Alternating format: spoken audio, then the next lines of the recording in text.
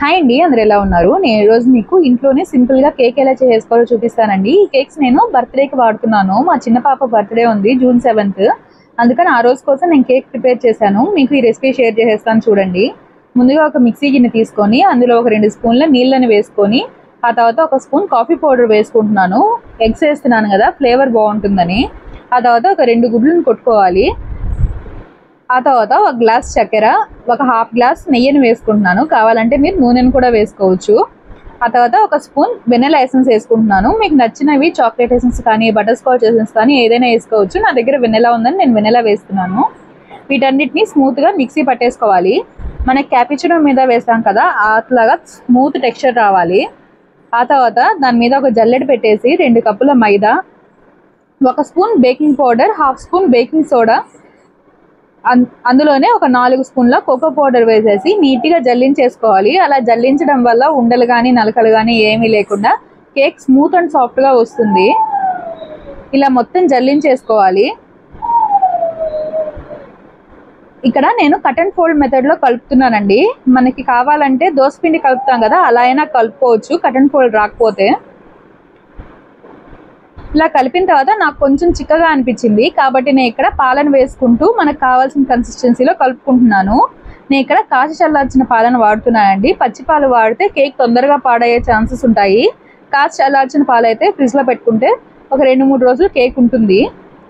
నాకు ఇక్కడ మొత్తం హాఫ్ గ్లాస్ పాలు పట్టినాయండి. ఆ తర్వాత నాకు ఈ కన్సిస్టెన్సీ వచ్చింది.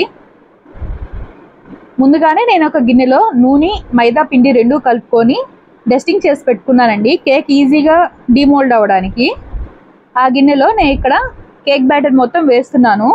ఈ లోపల నేను కుక్కర్ని కూడా ప్రీ హీట్కి పెట్టుకున్నానండి. ఒక 2 నిమిషాల ముందు బాగా హీట్లో ఉంది. ఇప్పుడు ఈ కేక్ బ్యాటర్ని ఇట్లా ట్యాప్ చేసేసి ఆ కుక్కర్లో పెట్టేసుకుంటున్నాను. మూత పెట్టుకుంటే 2 వైపుల నుంచి ఈవెన్గా బేక్ అవుతుందండి కేక్. ఇప్పుడు ఒకసారి కేక్ చూద్దాము. ఇట్లా ఓపెన్ చేసి కత్తిని కానీ మధ్యలో గుచ్చితే ఎక్కడ అంటుకోకుండా కానీ వచ్చిందంటే కేక్ రెడీ అయిపోయినట్టే. నాకు ఇక్కడ నేను తీసుకున్న క్వాంటిటీకి కేక్ బేక్ అవ్వడానికి 30 మినిట్స్ పట్టిందండి. ఇప్పుడు నేను కేక్ని తీసి చల్లారడానికి పక్కన పెట్టేస్తున్నాను. ఈ లోపల షుగర్ సిరప్ని కూడా రెడీ చేసుకుంటున్నాను.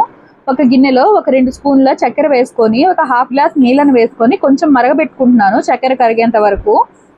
ఇక్కడ కేక్ కూడా చల్లారిపోయిందండి. ఇక్కడ డిమోల్డ్ చేసేస్తున్నాను. ఒకసారి కత్తితో అలా అనేసి ఉల్టా వేసి తట్టేస్తే డిమోల్డ్ అయిపోతుంది కేక్. సింపుల్గానే వచ్చేస్తుంది. మీకు కావాల్సిన సైజు పీసెస్లో కట్ చేసుకోవచ్చు. నేనైతే ఇక్కడ 4 స్టెప్గా కట్ చేస్తున్నాను. 5 స్టెప్ మాత్రం విడిగా తినేదానికి ఉన్నిచ్చేసాను. ప్లమ్ కేక్ లాగా ఉంటుంది. నేను సింపుల్గా అయిపోతుందని చాక్లెట్ స్ప్రెడ్ తీసుకున్నానండి. మీకు నచ్చిన ఏ కంపెనీ చాక్లెట్ స్ప్రెడ్ అయినా తీసుకోవచ్చు. ఇట్లాగా నేను కేక్ మొత్తం కట్ చేసుకున్న తర్వాత ఒక ప్లేట్ పెట్టి ఆ ప్లేట్ని బౌల్లో వేసుకొని దాని మీద ఇంకొక ప్లేట్ పెట్టుకున్నానండి. తిప్పేదానికి మనకి ఈజీగా ఉంటుంది. స్ప్రెడ్ పూసేటప్పుడు సింపుల్గా రౌండ్ తిప్పుకుంటూ పూసేసుకోవచ్చు. ఇప్పుడు ఒక ప్లేట్ మీద కొంచెం స్ప్రెడ్ వేసి దాని మీద ఒక కేక్ ముక్క పెట్టుకుంటున్నాను.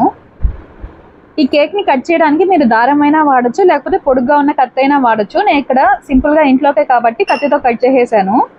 ఆ తర్వాత మనం ముందుగా రెడీ చేసి పెట్టిన షుగర్ సిరప్ కూడా వేసుకోవాలి. షుగర్ సిరప్ వేయడం వల్ల కేక్ బాగా స్మూత్ అండ్ సాఫ్ట్గా వస్తుంది. దాంతోపాటు మనకు పూసిన క్రీమ్ కూడా ఈజీగా స్ప్రెడ్ అయిపోతుంది. నేను ఇక్కడ ఏదో ఒక చాక్లెట్ స్ప్రెడ్ తీసుకొని పూసేస్తూ ఉన్నాను. ఇలా స్మూత్గా మొత్తం పూసేసుకోవాలి. కావాలంటే మీరు ఈ చాక్లెట్ స్ప్రెడ్ మీదే కొంచెం డ్రై ఫ్రూట్స్ కానీ అలాగే కొంచెం చాకో చిప్స్ కానీ అట్లాంటివి అయినా స్ప్రింకిల్స్ అట్లాంటివి వేసుకోవచ్చు. నా దగ్గర ప్రస్తుతానికి చాక్లెట్ స్ప్రెడ్ ఉంది కాబట్టి అది మాత్రమే వేసి ఇట్లా 3 స్టెప్స్ని పెట్టుకొని రెడీ చేసుకుంటున్నాను.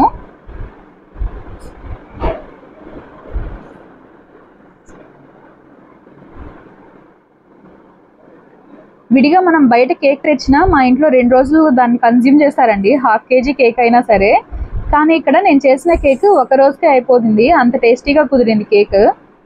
ఇట్లాగా 3 స్టెప్స్కి రిపీట్ చేస్తూ ఉన్నాను. ఏదన్నా పైన కొంచెం ఎక్స్ట్రా వస్తే అట్లా కట్ చేసేసుకొని మళ్ళీ ఫోర్క్తో అట్లా గుచ్చుకుంటూ షుగర్ సిరప్ వేసి మళ్ళీ చాక్లెట్ స్ప్రెడ్ చుట్టూ పూసేసుకొని చాక్లెట్ కేక్ రెడీ చేసేసుకున్నాను. చాలా బాగా కుదిరిందండి. ఒకసారి ఇలా ట్రై చేసి చూడండి. బర్త్డేస్ కానీ లేకపోతే ఏదైనా ఫంక్షన్స్ కానీ అలాగ చేసుకుంటూ ఉంటే బాగుంటుంది. లాస్ట్లో నాకు పైన ప్లెయిన్గా ఉందనిపించి నేను నా దగ్గర ఉన్న డార్క్ చాక్లెట్ అలాగే నార్మల్ డైరీ చాక్లెట్స్ ఉంటాయి కదండి, అట్లాంటి 2 తీసుకొని పైన అలా గార్నిష్ చేసేసుకున్నాను. చూసారా కేక్ ఎంత స్మూత్ అండ్ సాఫ్ట్గా వచ్చిందో, చాలా బాగా కుదిరింది. మీరు ఒకసారి ఇలాగా ట్రై చేసి చూడండి.